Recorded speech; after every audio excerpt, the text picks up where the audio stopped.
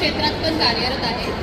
आता recently लपंडाव serial तुम्ही किती जण बघता मला माहीत नाही, पण त्याच्यामध्ये नर्स ठरली निगेटिव्ह रोल जो आहे म्हणजे सरकारच्या सामन्यावरून त्याच्या ॲक्च्युअल कॅरेक्टरला जे पळून नेलं होतं तो रोल माझा होता.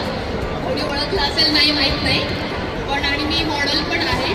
म्हणजे असं वाटतं की हे कसं सुरू होणार, कसं करणार आपण. कधी कधी घरचे सपोर्ट नाही करत, कारण की मी बाय प्रोफेशन डायमंड मर्चंट आहे, म्हणजे मी ओरिजिनल डायमंड सप्लायर पण आहे, माझा जॉब पण चालू असतो.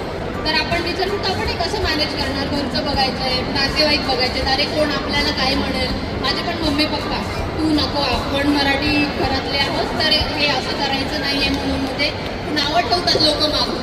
पण आत्ता जेव्हा ते मला जे नावं ठेवणारे लोक आहेत ना, ते टी व्हीच्या स्क्रीनचा व्हिडिओ काढून मला शेअर करतात आणि स्टेटसला ठेवतात की ही आमची मुलगी आहे म्हणून.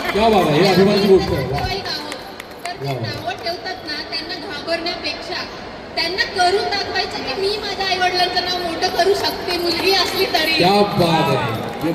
कधीच हार नाही मानायची आणि कोणीच कमी नसतं या जगामध्ये. जर आपण ठाणलं ना तर आपण आयुष्यात काही करू शकतो. माझं एवढंच बोलेल मी. धन्यवाद. क्या बात आहे. वाटतं एक कलाकार म्हणून आपल्याला एक बरं वाटतं मंचावरती आल्यानंतर आपली ओळख आणि आपल्या जगाला कळते. आणि सगळ्यात महत्त्वाचं आपलं काम. आता एक टंग बोला, हसणारे खूप लोक असतात, आपण बिंदास बोलायचं.